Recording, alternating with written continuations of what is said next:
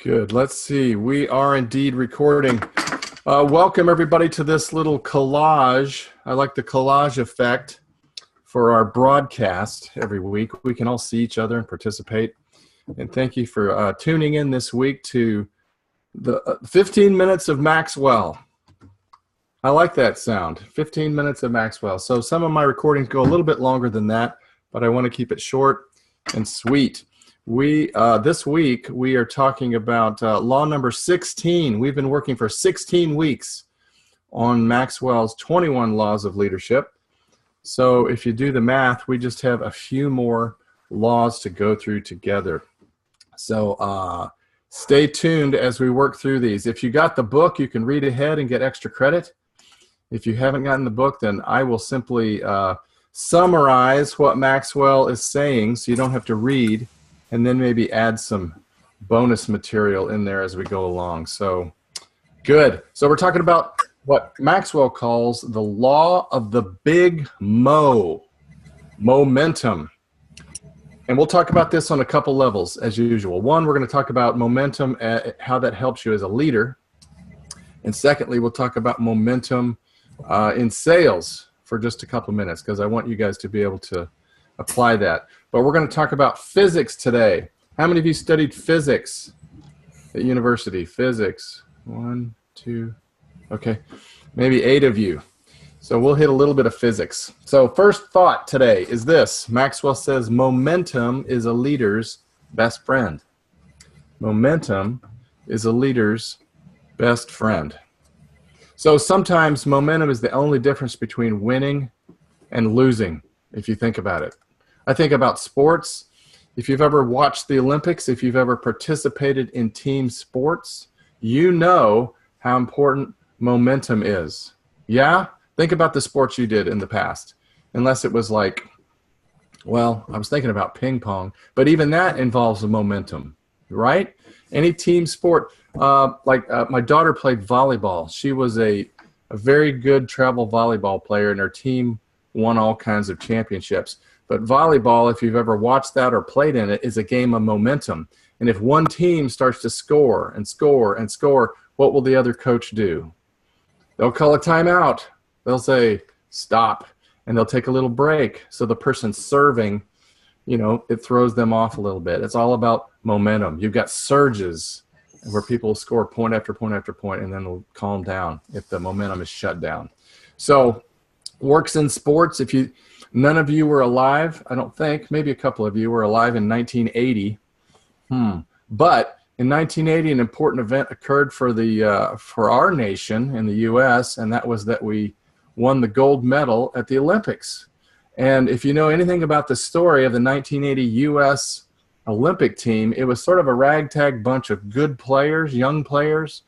None of them were professional.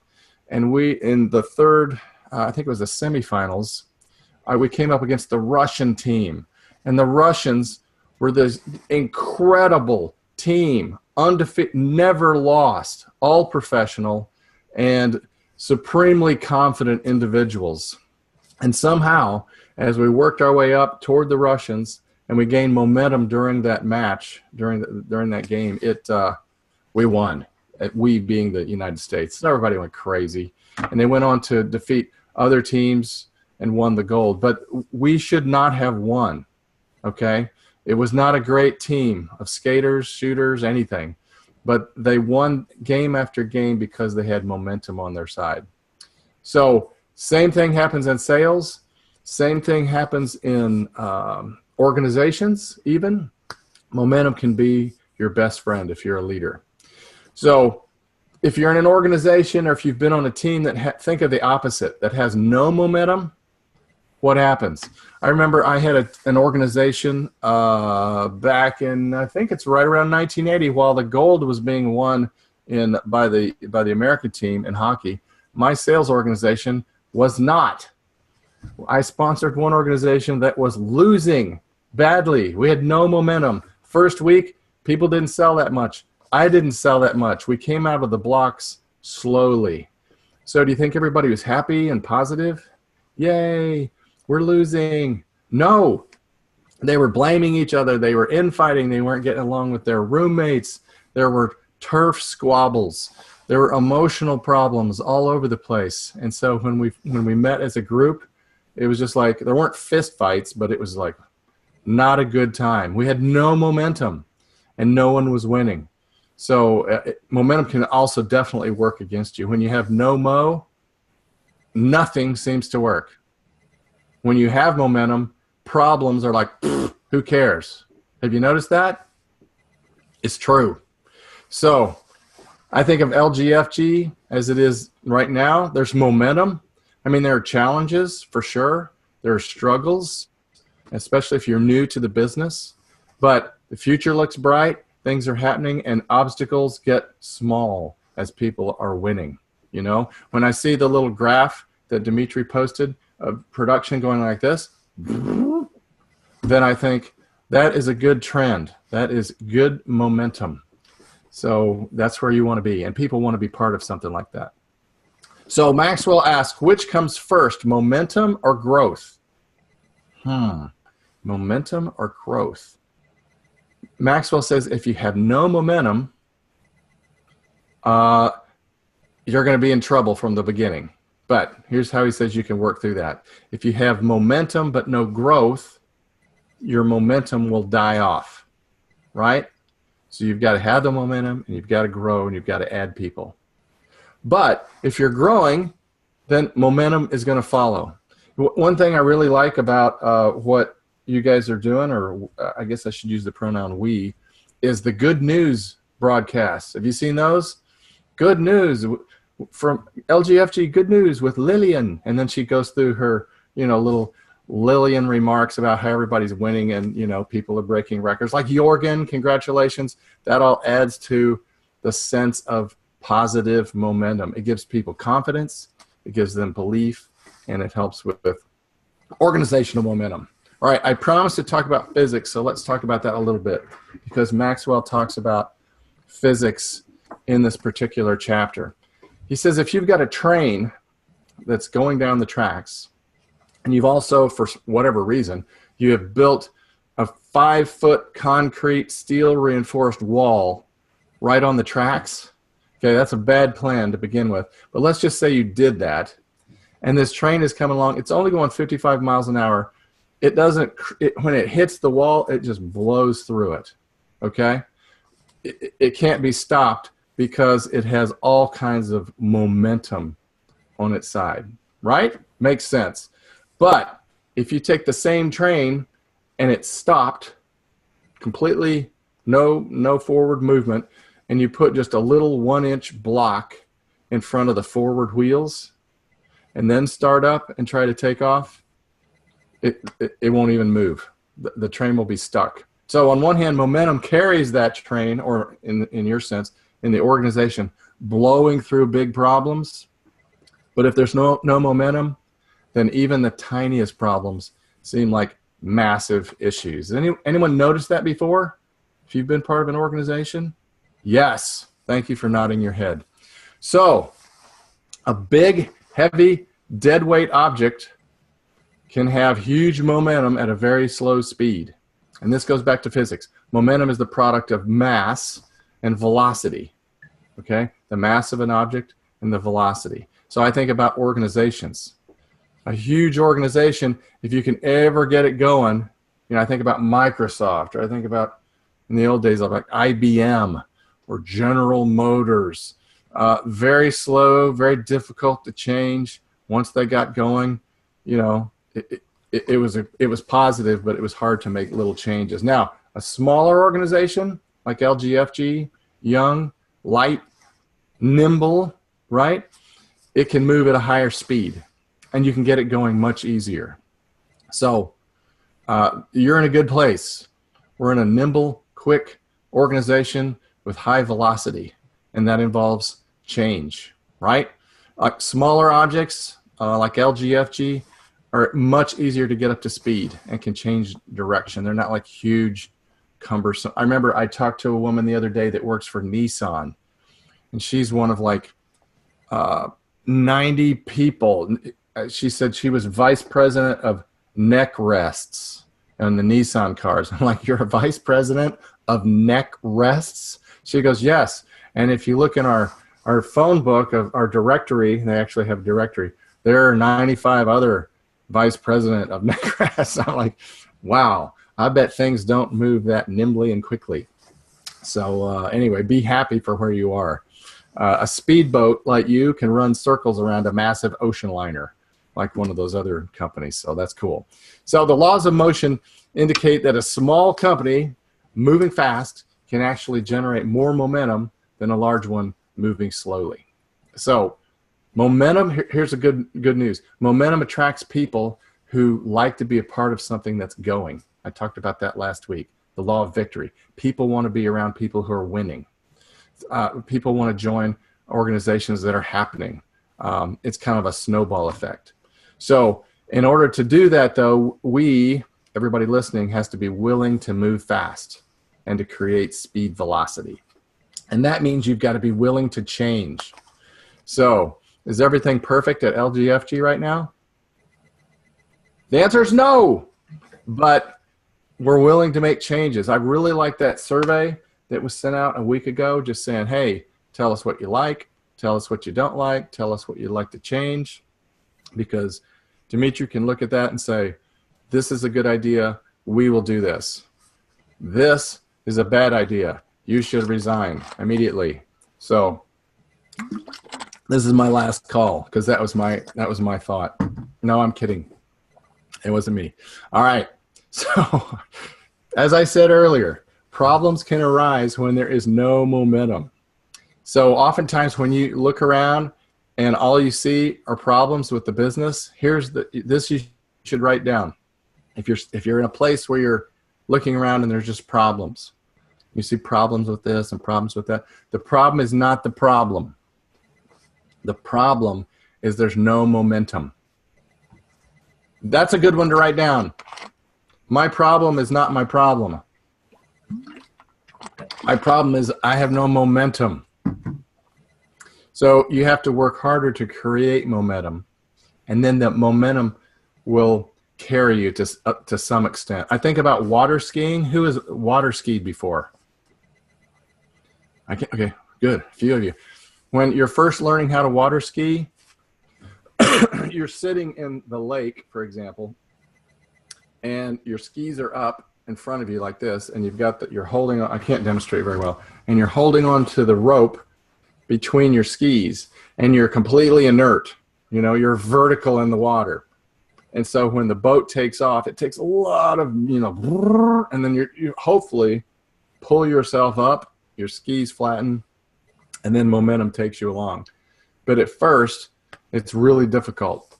And then you fall down and wipe out a lot, which I tend to do a good bit, which is why I don't water ski. But when there's no momentum, that's when you've got the most problems. You've got to work harder to create positive momentum, and then things get easier, all right? So here's my advice to you. When you have no momentum, work through it. That's what we call the grind, right? You're making calls. Nothing's happening. You need to work through it. Take a short break if you need it. Check your tone, have somebody listen to you or whatever. But lots of calls, no qualified bookings. You got to keep calling to gain mo, right? Now here's the other danger about momentum. This is a pitfall I see with some rookies. And it's not just indigenous to LGFG. This happens in a ton of sales organizations. If you get ahead of, let's say you're calling and it's like, wow, it's 10 in the morning. I've got 4 qualified bookings. I'm so far ahead of my schedule. What do a lot of people do? I think I'll relax. I think I'll take a break. Hey, you know what? Facebook, I think I'm still connected. Yeah, look at my friends, look at notifications. Instagram, look at complete distraction. The last time you should ever take a break is when you make a sale or when you make that booking, because you lose all your momentum when you take a break. I saw people do this at Southwestern. They get way ahead or have a really good day, and then they would relax and go, I'm so far ahead of my goals, I can kind of chill now. And then the next day it was a 0, and the next day it was a 0. And so then you're back to 0, with momentum. So once you get it going, it's hard to start, but keep it going. You know, just keep that going. And if you're winning, put your foot down on the accelerator and blast through, because momentum is a leader's best friend and a salesperson's best friend. Right. So those are my thoughts for today. I did want to mention, oh, look, I have one more little note here that might be interesting, and that is a Chinese proverb. So this call is like a fortune cookie. We go through some information, and we've eaten our meal together on momentum, and now we broke it in a little cookie, and there's a proverb in it. So let me share this with you about momentum. I had to look hard for this. It says this, right, and this is a good one to write down. Do not be afraid of going slowly. Be only afraid of standing still. Yes, grasshopper. Yes, that is a good thought. Just don't be afraid. You know, some of us, when we first start and we're in our, first few months here at LGFG, it's discouraging because not much appears to be happening. So you have to, here's what I'd recommend you do. Catch yourself doing things right. Catch yourself doing things right. What your brain notices when you're a rookie, if you've been here less than a year, your brain automatically tunes into what's wrong. It's like, boop, boop, boop, boop. I did this wrong. Boop, boop, boop, boop. I did this wrong. Boop, boop, boop, boop. I blew this. Boop. So you just notice easily all the things you're not doing well. I would suggest strongly that you catch yourself doing things right. Finish the day before you head home, or when you're riding home or walking home, think, here's 3 things I did really well. And I'm making progress. Even if it's slow, I'm making progress. So don't be afraid of slow going. Be afraid of standing still. All right? Makes sense? Everybody seems happy? Everybody seems happy. There's only 4 people asleep. That's really good. This has been a good call. So I do have some questions I'm going to have Mamik send to you for discussion, because some of you guys are really advanced offices and you actually listen to a call and then you have a discussion and you talk about it. And that's really smart for processing information. So you don't want to just finish the call, look at your notes and go, okay, well, that was interesting, and pitch it. You want to kind of work through it a little bit. So here's some questions to think about, and I'll send them on the email too, along with links. Here's a good question for yourself as a salesperson. How is my momentum right now? Is it increasing? Is it decreasing? Here's another thought. Think of a time you had momentum when you were winning, and write that down. And then the big question is always, how did I do that? Okay? Think of a time you're winning. Ask yourself, how did I do that momentum? That's a great thing to think about. You should review that video in your head often. Here's another one, counter to that. Think of a time you lost your momentum. How did that happen? That can happen in relationships. We're not just talking about sales. Now I'm striking deep at the heart of some of you. You're like, oh, now the call gets interesting. Think of a time you were in a relationship and that momentum died. You weren't investing in it. And it was like, and it went flat. And you're like, I don't know why we don't love each other anymore. Well, we have no momentum. We haven't spent any time. We haven't invested. So something to think about, kind of a tangent. Here's another question for your group, for your team. How do you build momentum? And if you've got it, how do you maintain it as an office, as a team? Okay? And here's the final question, which is probably the hardest. Again, if you're not writing these down, or some of you look like you're writing them down, and you could just be fooling me. You could be doodling, and that's all right. But here's the question that you should ponder. What can you do to conserve energy and still have momentum working for you? Okay? This is a balance question. What can I do to conserve my energy and still have momentum working for you?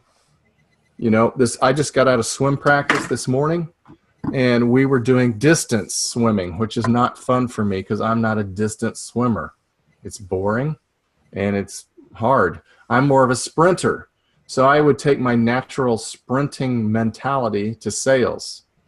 And that doesn't work as well because you can't sprint all the time every day on the phone. And then when you get to turf in meetings, you can't sprint and sprint and sprint. So Question is, once I have positive momentum, how can I conserve energy and still have forward progress? Okay, so you want to have that kind of balanced. All right, good. Well, any thoughts from you guys before we do the official wrap? Anybody have a question, comment, input? Great story about momentum. Let's see. Nope. Okay, good. Well, let me encourage you all to please, let's have a ton of momentum going into December, and let's finish really strong going into our meeting at Leeds. Yeah, because that'll be a lot more fun meeting if everybody's worked hard, has forward movement, good velocity, good momentum, good sales, and then it'll be much more rewarding being together. So I look forward to it for those of you who can come, and we will talk again next week. I say Merry Christmas, Happy Holidays, Happy Hanukkah, Happy Kwanzaa, Happy Happiness. All is well. Carry on, forward movement. This is Lee signing off.